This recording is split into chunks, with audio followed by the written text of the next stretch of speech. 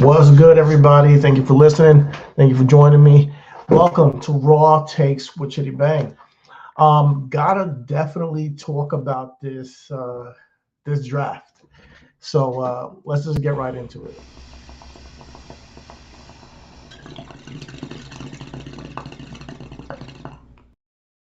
All right, if you're joining me, you're here to listen, like, subscribe, do all that stuff. We really appreciate all the support. But we gotta talk about this draft, man. Had to come on here real quick to just take some time to tell you my immediate reactions to the WWE draft. Now, I'm not like my co-host Chris. I'm not gonna lie to you guys. I can't lie to you guys. I gotta come here and give it to you raw and truthful. That's why it's raw takes. This draft is absolutely pointless. Now, just bear with me here. What if we could? There's a couple of things I gotta mention. I think we all know the problem is that majority of the picks are people that were already on the roster that they're getting drafted to. So when you have multiple picks round after round that are people that are going to the same brand that they were already on, if you're a long-time viewer and you've watched all the past year, it's supremely anticlimactic. It's supremely anticlimactic. I mean, we're going to go through the picks in a moment. I'm going to show you what the picks were, and how one or two shifts could have changed and made you a little bit more excited for the next year of what we can do. Now, granted, the last year I felt kind of similar with the draft, but and it was and we still got Brock and Cody, and I was into that. We got Seth Rollins and Shinsuke and Seth Rollins and Finn Balor, things that I was into still. But 2 years in a row now, it seems like the same people are getting drafted to the same roster, and I'm like, bro, like this is kind of like a missed opportunity. One thing, let's get this straight up, I think was a misstep is that champions are protected. Like this whole champions are protected thing, I think takes a little bit out of the excitement, because part of what I liked about it was that they were changing brands and the champions could change and all that stuff. I get it. Like you have new tag team titles, you want to keep them the same brand, fine, cool. But the United States Championship, I think, could have swapped with the Intercontinental Championship easy. The women's champions, I think the World Heavyweight Champion and the WWE Women's Champion could have swapped, easy. And it would have just gave a different flavor to each show. Now, granted, that's not what they wanted to do. But the fact that you just made that rule randomly, I feel like limits the anticipation of it. So if you're going to do it, then you might as well not do a draft completely, to me. Like, and if you will do it, if you're insistent on doing a draft because, oh my God, the NFL draft is happening, we want to cross brand and do the same thing that at the same time, then make a new rule where all the picks are either call-ups from NXT or steals. So each roster can make the rounds 2 rounds on SmackDown or 3 rounds on SmackDown, 3 rounds on Raw, and it's either going to be a call-up from NXT. Everybody gets each brand gets a call-up from NXT and a steal. Because when you go through both nights, come on now, like 80% of the picks were people going to the same brand that were already on. That is just not interesting at all. You make this grandiose display of like, let's go ahead and do this draft and like make a set and have all these legends come and announce the pick and all that stuff, all for us to say Gunther is going to Raw, as if he wasn't already on Raw. Like I feel like, come on now, like this is not entertaining. Like we just had this whole conversation on our podcast this week, and like, okay, if they like SmackDown, it was a little bit lackluster, the draft. We talked about it. And I was like, all right, if they give me something on Raw, Chris is telling me, hey, wait till Monday. What if they give it to you on Monday? What if they get more, swaps on Monday? And I'm like, all right, they do it, they should give it to me right away. Give me a big pitch that's switching brands right away. And I was like, what if Gunther goes to SmackDown? He's like, oh, like that could be interesting. I'm like, yeah, that could be interesting, And I show up, I turn on Raw, and the first pick is Gunther, of course, but it's too Raw. And I'm like, why are we making this whole big deal about, first overall pick, Gunther to Raw, first overall pick, Bianca to SmackDown? Like, cool, but it doesn't mean anything, because it just means like, hey guys, just tune into the same show they've been on all this time, because they're not going anywhere. In reality, there's no real intrigue to like them making a big deal about this, All right, so next pick, Jade Cargill to SmackDown. You feel me? You see what I'm saying here? Same roster she's been on. Next pick, Damage Control to Raw. Now this is something different. This is something that brings intrigue to the women's division on Raw. Not only is it, I'm a big fan of Io and what she can do with Becky and Liv, but you get Asuka too, and you get Kairi Sane, and you get Dakota, who I think has had a great run on SmackDown. So at least we get a shift of the group to see what they can do with the ladies on Raw. There will be more picks on social media that come like down the line, but off of face value, I would love to see Io and Shayna Baszler. If she doesn't get drafted to SmackDown, like things like that are still interesting to me. So that's a switch. Now, this is they're one of the biggest acts of the past year. Is it big enough for me to say that's warranting all this hoopla for the draft? No. If you give me one pick that changes brand, like last week with Nia Jax, that's Trish like pounded his fist on the table saying that's a big deal to me, then all right, I'll concede it. That's a big deal to you. Cool.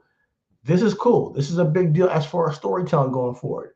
But that's not enough for us to like have this whole lead up and like drawn out, advertising this draft for weeks, and then we get this, but just a couple of swaps, and then then we got Kevin Owens SmackDown. So that was the first round. One big change, and that is Damage Control to Raw. Is that like at face value, like when you're talking about the opportunities they can tell stories with these women, it's there, absolutely. And seeing the interaction between Damage Control and Becky Lynch later on in the night, where they just teased like, oh hey, you're gonna see a lot more of us backstage, and they Kairi Sane touched the title, and Becky's like, don't touch my title. I thought that was interesting, a little bit of a tease to show us that, all right, this is what we're going to see next going through the year. And I think that's going to be a dope story to tell. They've been doing the same thing. They've been on the same brand with Bianca all this time, and now Bianca's finally ridded herself of Damage Control. And if her and Jade win the tag team titles, it's like a big culmination to Bianca's story with them since SummerSlam years ago. And if you bring it back full circle, that's when Becky Lynch, lost the title to Bianca and stood by her side. Now Damage Control can now go after Becky Lynch and, we get kind of torment her as well, But let's take a look at pick round 2. So I'm going to go ahead and I'm going to show all the picks first before I talk about the rest of the show. But the first pick of round 2 was CM Punk going to SmackDown. So, going to Raw, excuse me.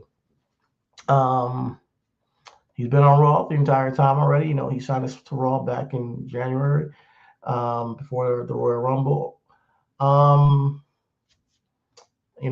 Big reaction from the crowd, of course. Big deal. The Pride stays on SmackDown. Braun Strowman is returning, and he's coming to Raw.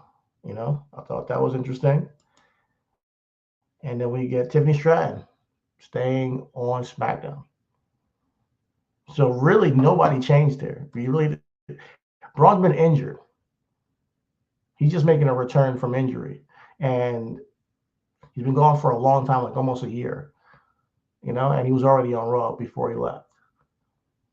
So all this, pomp and circumstance for me to sit here and watch the show and be like, all right, what's going to happen and change for us to say, hey, Braun's coming back. Round 2. Cool. I mean, you guys can say, oh, that you like it or whatever. My co-host can say it was good, or he can find a way to defend it, and I'm sure he will. But for me, don't waste my goddamn time for saying there's going to be a draft, and this is what you give me. The reason why I didn't like the titles are being protected is because that kind of like eliminates those moments, like when we had Batista going to SmackDown, and then we had John Cena coming to Raw, and everybody went crazy that night when he first showed up to Raw.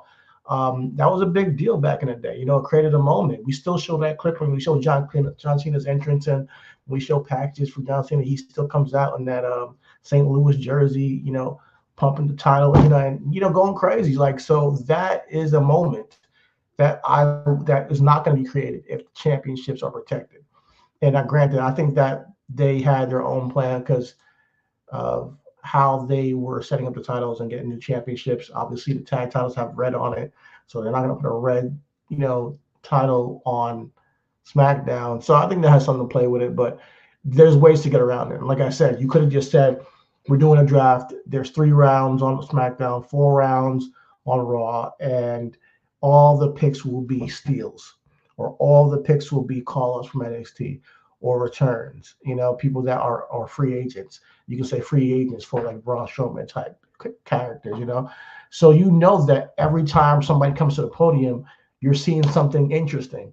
I don't think this is interesting. That's what I'm trying to say. I don't think it's interesting to see people come up and say, Jay Cargill staying on SmackDown, Bianca staying on SmackDown. Like, it doesn't seem interesting to me when we've already seen them competing on the same roster already.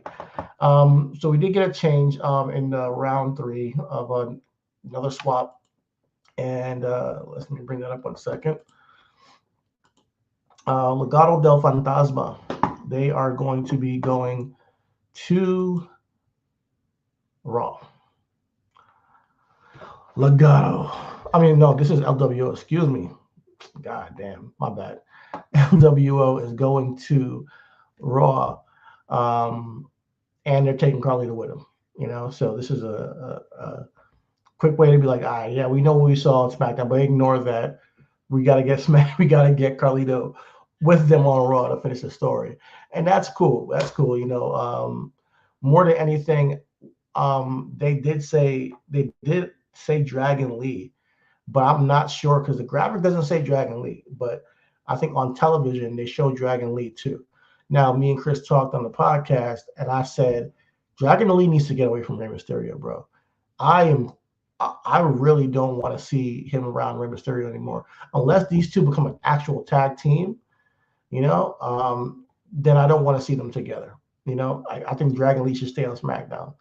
Stay your ass on SmackDown and honestly, Carlito should stay on SmackDown too. And both of them should have their feud and finally square it up, But that's what we got. We also got Legado, there you go, to SmackDown. So finally we get these 2 groups separated, and we have, the Latino Civil War is now, ended. We have borders now. So we got Legado on SmackDown, LWO on Raw. I think this is good to finally get these 2 ads. I like all the guys on this. Like, I like the tag team here. I like Zelina. I like Rey Mysterio, Carlito. I said what I want to do with him, and Dragon Lee. But I really like Angel Garza and Humberto Carrillo and their abilities as a tag team as well. And I'm a big fan of Santos Escobar. I think he has great heel potential, and potential to be a single star, main event star one day. So him getting away from the whole LWO thing, since he's now, finished that story with Rey Mysterio, I think it's good for them to be separated and have their own stories they can tell on SmackDown. Then we got finally Drew McIntyre being drafted in round 3 to Raw. No change there. And then we get Shinsuke back to SmackDown. Now, Shinsuke is a utility player who you can plug and play anywhere, and he's going to have a good match, 2 great match, depending on who he's paired up with. But yeah, man, I just think that he needs more. And hopefully he can get it this year on SmackDown. I liked his angles with Cody Rhodes, even the stuff he was doing with Sammy leading to WrestleMania. I thought it was cool. But if we can get Shinsuke in a hot angle, by SummerSlam, I think that would be cool to see him have a good moment, because he's been wrestling every week, man. I hear he's one of the top guys who's on the live event shows every single tour and everything like that. So I think he deserves a little bit more shine. Now you get him away from Raw, from where he lost all these goddamn matches. But I don't want him to go to SmackDown and just lose a bunch of matches too. So hopefully we can find something for Shinsuke over there. Find something for Shinsuke to sink his teeth into that will round out his character. Because I thought what they were doing with him and Seth with the whole, comic book kind of anime manga style, promos and everything like that, she was ill. So hope we can get more of that on SmackDown, see where he takes things. Last time he was on SmackDown, he was with Rick Boogs doing some, pretty much it seemed more comedic, like, to some degree. So I'm hoping that we get a more serious tone when it comes to our guy Shinsuke, and just keeping what he's been doing, but taking tone down a level. I know he has wrapped things up with Cody, but they can always run that shit back. They can always run him and Cody back, and but give it a stipulation or give it some kind of level of some depth to it. So I think the tough thing with Shinsuke is that because there's a language barrier, how do you tell these stories that last long and that keep the people's interest for a long period of time? So putting a title on him and him going out there making promos always seems to be a hurdle you got to do, because what they do with the backstage packages helps that out. But you can't do that when you have a title on your shoulder, but then you got to go in the ring and speak. He has to find a way to translate that character to when he's in the ring, because there's no subtitles for live action. So let's move on to round 4. We got the Judgment Day as the first pick. Dirty Dom, Finn Balor, JD McDonough. I assume Rhea Ripley will be going to Raw as well, but that's just my assumption. And we all three know Damien Priest is protected, so he's going to be staying on Raw. This is another pick that didn't change. Naomi, SmackDown, another pick that didn't change. Don't mind this so much because she recently made her return. So regardless of where she went, it was just people that she can link up with and tell stories with. Now, this is big. This is my favorite draft pick. Raw drafts Ilya Dragunov. And like I said last week with SmackDown, the NXT call-ups were the big deal to me. Like when you see Carmelo going to SmackDown, when you see Kiana James being drafted to Raw, those are the things that make me interested, because I'm like, all right, there's new influx of talent. So I'm going to repeat me a broken record. I think they should just make the draft, that they're going to protect the championships. It's just make the drafts steals and NXT call-ups. You don't need to go through telling me that Naomi is going to stay on SmackDown or Judgment Day is going to stay on Raw.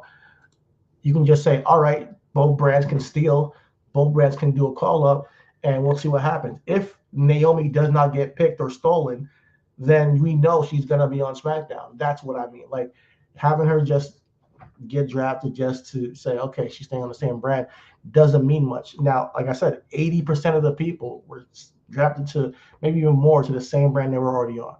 But Ilya Dragunov is brand new, fresh blood to infuse into a Raw roster and creates a dynamic that can be really interesting. He's going to have matches with guys like Chad Gable, guys like Sami Zayn, guys like, I like Bronson Reed. I know that people might have their own opinion, or Chris, was saying that, oh man, like, no, but Bronson Reed can go.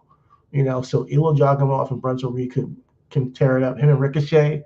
So there's a lot of potential for him to grow and maybe one day, be an Intercontinental Champion, and even more, But this year, it'll be interesting. And not to mention, we can also see that rehash of Gunther and Dragunov, maybe in the King of the Ring tournament. That would be crazy if they actually let them meet at some point in the semifinals or something and tear it up like they did in NXT UK, that match of the year match they had. So that would be crazy. Then SmackDown took Piper Niven and Chelsea Green. I'm a big fan of Chelsea Green. I think she's a really good comedic act. I think when she gets a change of, pace on SmackDown, the people that she can now connect with and link up with, and whether it's a Bianca or Jay, now she can use that comedic chops with another set of woman out there, and on top of that, Nick Aldis now that's his problem. So as Adam Pearce said, that's his problem now. So that's cool. And Piper Niven, obviously, I think she has chemistry with Bianca. I've seen them have a match before where they can really go. And Bianca obviously uses her power moves to show her strength and everything like that. I think it's going to be good. So if Bianca and Jade win the tag titles, this is the feud that I want to see. Piper Niven and Chelsea versus Bianca and Jade. Doesn't mean they got to drop it anytime soon, but I think it can be very entertaining on SmackDown. And that was round 4. One thing I wanted to note that after we haven't heard anything about Charlotte, so she might be one of those people like Brock Lesnar or Roman Reigns that is just exempt from the draft. Obviously, she hasn't been talked about, so I assume that she is exempt from the draft. Guys like Sheamus and Braun Strowman, I think, were essentially closer to their injuries were pretty much healed up, so they're closer to coming to TV. That's probably why they were included, and she wasn't. But I would be curious to see if they just put her back on SmackDown, because I think that's what makes sense, unless she comes for the save for Becky against Damage Control or something like that. I don't know. It'd be cool to see where she ends up. Moving along, we have 1 second. Round 5. The New Day are still on Raw. Xavier Woods had a really good match with Gunther tonight. They will both be in the King of the Ring, I think, if I'm not mistaken. I know Gunther will be, but this was basically the old King of the Ring versus the guy who claimed that he's going to win it. And Gunther, attacked his knee, and Xavier was selling his ass off. At one point, Kofi was going to throw in the towel because it got so bad, but he just said, no, I can do it, and he refused to do it. So it was a cool moment, a good match, a lot of emotion involved with that. So where New Day is right now, especially without Big E in the group, I think their role is best utilized to get over like newer tag teams. I liked what they did with Imperium over the past couple of months. But now they broke up the tag team Imperium. I thought that the whole angle with Kofi getting injured was dope.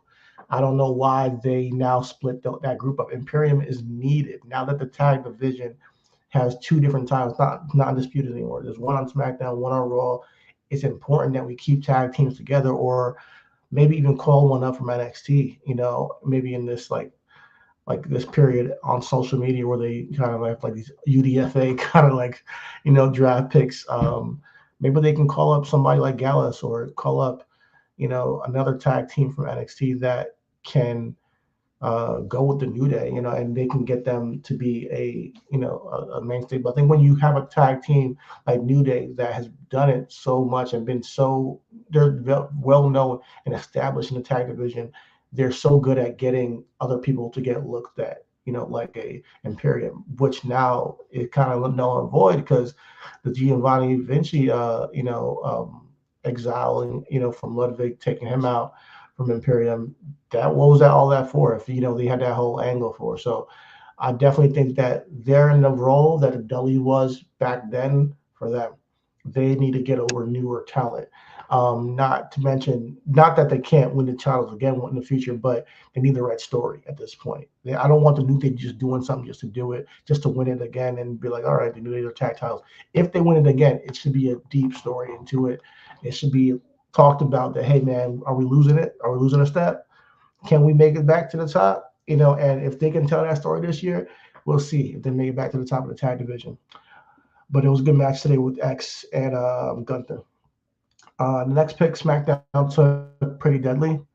Since they've been drafted and called up, they haven't really done much, so I don't mind them staying on the same brand because they have a lot to do. I think they have a lot of potential as a heel tag team. But right now we have A-Town Down Under doing their thing.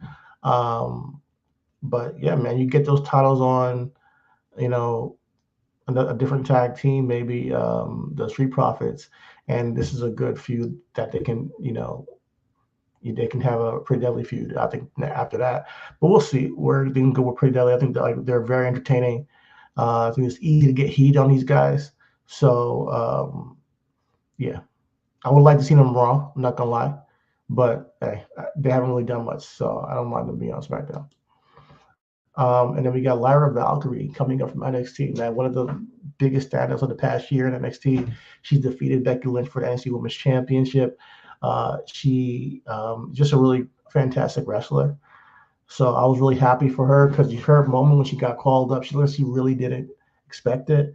And it was a very wholesome moment, so I'm really happy for her to see her evolve, and I thought that if anybody who didn't get called up, she was ready. She's one of those girls, women, I should say, that were ready, as well as the woman I'm going to talk about in a little bit. And then we had Indy Hartwell and Candice LeRae moving from Raw to SmackDown. Once again, it's an opportunity for them to link up and do some heel work with Jay, Cargill, and Bianca if they pull out the victory. Because I think Bianca and Jay almost have to win that tag team title match. Unless there's a turn, which I don't want to see, they have to. But this is also another tag team, a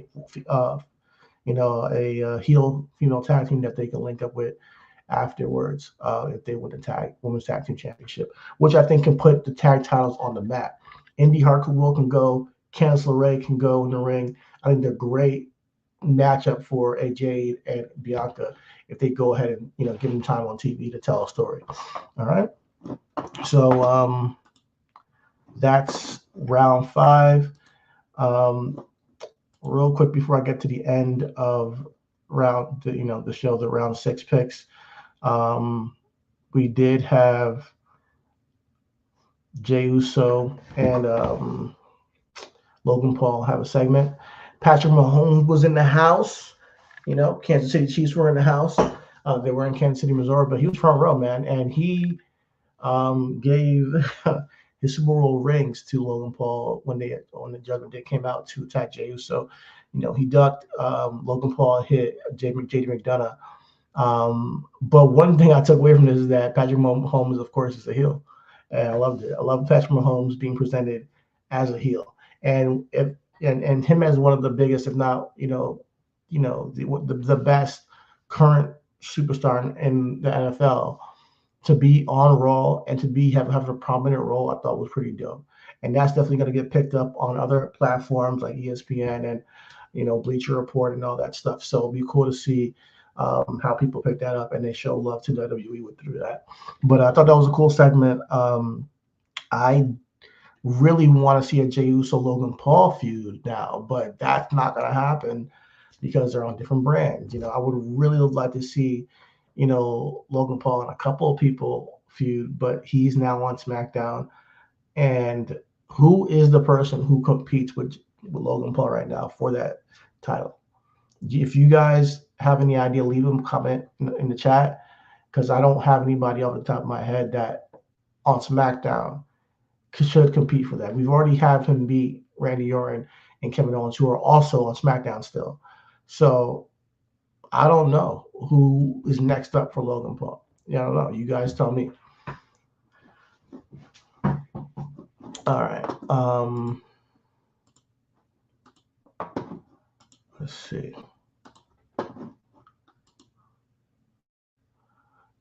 We have the Final Testament now. They'll be going to Raw. They definitely needed a switch because they were getting their ass beat on SmackDown by the Pride and everybody else. Like Karrion Kross has not been strong, booked strong. Now, part of that is circumstance. You know, you can't beat guys like Karrion Kross. I remember like LA Knight at his peak. Like it's just not gonna happen. You know, so it's a thing where timing. I think he has potential. I think this group has potential. I hope that now that they're on a 3-hour show, they get more time and we can see them flourish and see where this goes. But I have also another thing, like they have this Final Testament dark image, you know. But one thing me and Chris have not talked about yet on the podcast is the return of Uncle Howdy possibly and the Wyatt Six. There's been teases and glitches on the screen. So we haven't even breached that topic at all because we don't know where that's coming from. We don't know where it's going. And obviously me and him are big Bray fans. Rest in peace, Bray. Rest in peace, Wyndham, man. But I think it's hard for me and him to talk about because it kind of makes us remind us of, Wyndham and Bray. But if there is an Uncle Howdy resurgence of a dark gimmick like that, I do not want them on the same roster as the Final Testament. Please keep it separate because how the hell do you expect the Final Testament to get over when they also have a demon like Uncle Howdy and his group coming strong to create havoc on the roster? It won't vibe. Let's be real. It won't work. It won't work for Final Testament. Like they're going to be overshadowed. So I want to see where that goes. But I think Raw is a good change for them. It gives them more time. 3-hour show has more time to potentially get them on, to get some TV time, and not just coming out, jumping somebody, and then losing a match later on. All right. All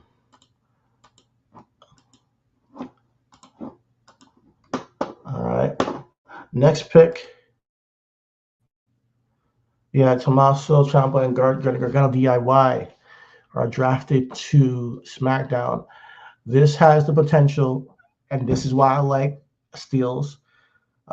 This has potential, with A-Town Down Under. We know the history between DIY and Austin Theory that could play into it. We've also seen when the Miz was with Tommaso and Austin Theory and all that stuff. So I really do think this is a great move for DIY because they lost cleanly to the Raw Tag Team Champions. Get them away. Because where do you go from there? Like, where do you go from there? Where do you lost? So let's see here. Big news. Sorry, you got massive big news. Tony Khan, the founder, died of a heart attack at home and couldn't get to the hospital treatment at the age of 42. What? Stop playing with me. Stop playing with me.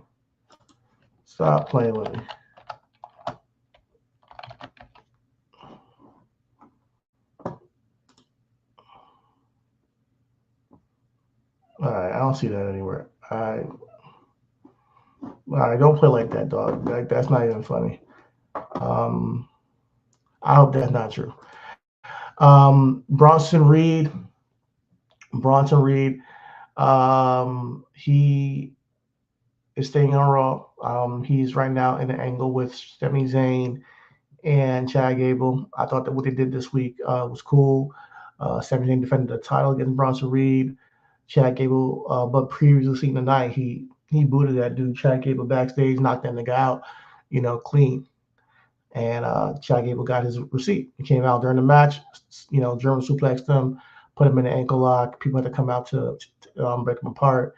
And then Bronson Reed came off the top with the tsunami on Sami Zayn. Chad Gable used an opportunity to hold the title like he's coming forward. Bronson Reed took him out, and he held the title. I think we could be getting a triple threat eventually. And I'm down for it. Like I said, I'm a fan of all of these guys, and I think it's a potential to be a really good match. But I really want Chad Gable to win it, man. Chad Gable tore his group, Alpha Academy, to shreds. I loved it. Chad Gable was doing really great mic work, by the way. All right, and this woman, Blair Davenport. Listen, I'm a fan. I've been a fan since her triple threat with Miko Satomura and Mandy Rose. I think she was a big part of making that match really entertaining. But we talked a couple weeks ago about AEW needing some more star power, right? They needed more star potential as far as a real threat. So her getting called up, I thought that was like, before she got called up, I thought that maybe she could be that threat of a heel dominating woman force down there in NXT to make it shake things up down there. And because she was already taking women out left and right. I'm not sure if we ever got the culmination of her and Nikita Lyons, because Nikita Lyons just keeps getting injured. But hey, it's too late. Blair's on SmackDown, which I think she's gonna do better on the main roster than she did in NXT. There's certain wrestlers and certain talent that do better when they get called up. They're just more presented way better, and I think she has that ability. I've seen her. We saw her since she was in Evolve, do her thing there. She was in AEW for a little while, then came to WWE. Listen, she can wrestle, and she has a presence about her. So I think on the main roster, she's going to be treated as such. And you have her on SmackDown, then you have Lyra Valkyrie on Raw, and Kiana James on Raw. That's a huge influence. And Tiffany Stratton on SmackDown. Those are 4 women that come from NXT that are a huge influx of talent that can shake things up alone. So that's what I'm saying. The big deal, the big takeaways for me at least, is these call-ups, because that's what's going to kind of move the needle with the potential for new stories being told and growth. Now, there's going to be a lot of competition because we still got girls like Zoe Stark, Shayna Baszler, Natalia still around there. You got people that want you got Kaden Carter, and them, so we have Nikki Cross. She hasn't been around. I don't know what's going on with Nikki Cross, man, but they kind of there's women that get overlooked, put it that way.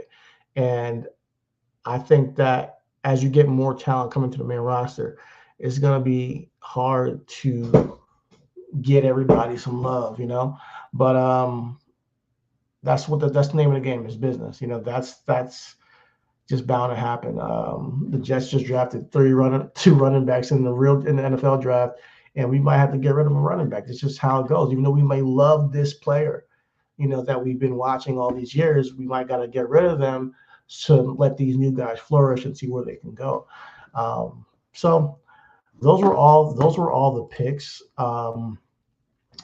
And that was the final pick of the draft. So they're doing this like supplemental draft kind of thing on Twitter. I'll keep tabs on it to see if there's anything that pops up right now. But I wanted to talk about 2 other things. One, Drew McIntyre and CM Punk. Now, these guys are having a feud, which is really entertaining. Don't get me wrong, it's really entertaining. But they're both injured now. You got 2 injured wrestlers having an entertaining angle. I hope they know when this match is going to happen, because as much as it's entertaining, could we be getting other people over with the time on television? And I mean, I'm not one to complain, because having them talk and throw jabs on the microphone has been entertaining, and I enjoy it. But that can only last for so long, So tonight was the first night where I'm like, oh, cool, CM Punk's there, cool. But there can't be any physicality. Like we all know now, both of them have, Drew got the elbow, and we know that CM Punk's tricep is healing. It could be a while, So it's cool for tonight, that with the draft and everything like that. But as we go forward, if there's no physicality, I don't really want us to do this thing with Drew and McIntyre every week. You know what I mean? I think that Drew needs to find something in the interim that can, keep him occupied if he's going to be around, or we need to give this time to another, player or superstar. And fine, like we are right now going into Backlash on Saturday. Hey, you want to have this angle on Raw? Cool. Right after it, though, I think this is where we can now give some other people some more time rather than just have them just kind of just talk shit on the mic back and forth for next whoever knows how many months, 4 or 5 months before we actually have the match. And then I wanted to really quickly touch on Jey Uso and Damien Priest. I really like this Jey. I like Jey Uso. That's why I'm wearing this shirt. Big fan of Jey. His evolution as a single star, I think, has been impressive over the past 4 years. Man, he's been doing his thing. I just think that this right now, this moment here with Damien Priest, there is no shot of him winning the championship, and that's the hard part about it, is that right now Jey Uso is at a space in his career where he needs a singles championship. This year, sometime during this year, he should win a singles championship. I'm not sure when. I'm not sure against who. I thought that he could possibly be the one to beat Gunther. I don't know. But to really solidify this singles run he's had, he has to win singles gold. It just has to happen. But is it at Backlash? No. Damien Priest is the champion. He just won it. On top of that, I don't know if they're going, especially if they're going with the babyface turn for Damien Priest. I don't see Jey Uso winning that championship off of Damien Priest right now. Now, if this was him keeping it heel, possibly. Or let's think about this: if Judgment Day cost him the championship, I could see it happening. But it's just too soon. They wouldn't have put the title on Damien Priest right now if they planned on putting it on Jey right afterwards. So as much as I love Jey, he hasn't even won a mid-card title yet. And he's getting a huge reaction. Don't get me wrong. If you were to beat Damien Priest, there would be a huge, huge pop. So I could see, for that sake in France, them doing that and then maybe having a quick turn around and him winning a title back or something. But what is that going to get you? Just a moment, and Jey goes back down to the mid card, or what? What are we doing going forward? All in all, I look at this like Backlash last year. It's like the Bad Bunny Damien Priest match. We had Brock and Cody, which started that angle. We had Io and Bianca Belair. We had Zelina and Rhea Ripley. A lot of these matches were just one-offs that didn't lead to much, other than the Cody and Brock match. They were just one-offs, and then we moved on. That's what Backlash feels like to me this year. Other than the KO, Randy Orton versus Tama and Solo Sikoa match, I don't see any of these angles moving on past Backlash. So that includes Jey Uso and Damien Priest. Unless there's some shenanigans involved, I think that Damien wins, and he might win by making sure that his group members stay away to prove that he doesn't need them. And I think what we're telling the story right now is the story of, is Damien going to leave Judgment Day? Is he going to, separate himself from the group and say, listen, I don't want to be part of this. If you guys are going to be involved in this by matches, that even in the six-man tag match that tonight, there was a moment where James McDonough, pushed Jey Uso off the top rope. He's like, what are you doing? I had it. So that's where they're going with Damien. I'm not sure if they're turning him babyface. He did, walk in with, Patrick Mahomes and Logan Paul. So it did kind of solidify that he's still a heel right now. But down the line, if they're turning him baby, then why would they put the title on Jey? Unless they're trying to do that through Jey. So we shall see. We shall see where these things go. I'm just talking shit. But I am intrigued to see where things go, at least the match itself. And if you give them time, I think they can really do a good job. So I can't wait to see that match. But yeah, that's all I have for y'all tonight. That's my recap of my Raw takes of Raw. in the draft. But I'll be back with y'all on SmackDown for Smack Talk with Chidi Bang, and then we'll be back on Sunday for our podcast. So definitely like, subscribe, share, do all that good shit for us. Really do appreciate all the likes and comments and all that stuff. Tap in below if you have any questions below. We'll try to answer them. If you have any more conversation with us, feel free to leave a comment below. But thank y'all for listening. We'll see y'all later on this week. Peace.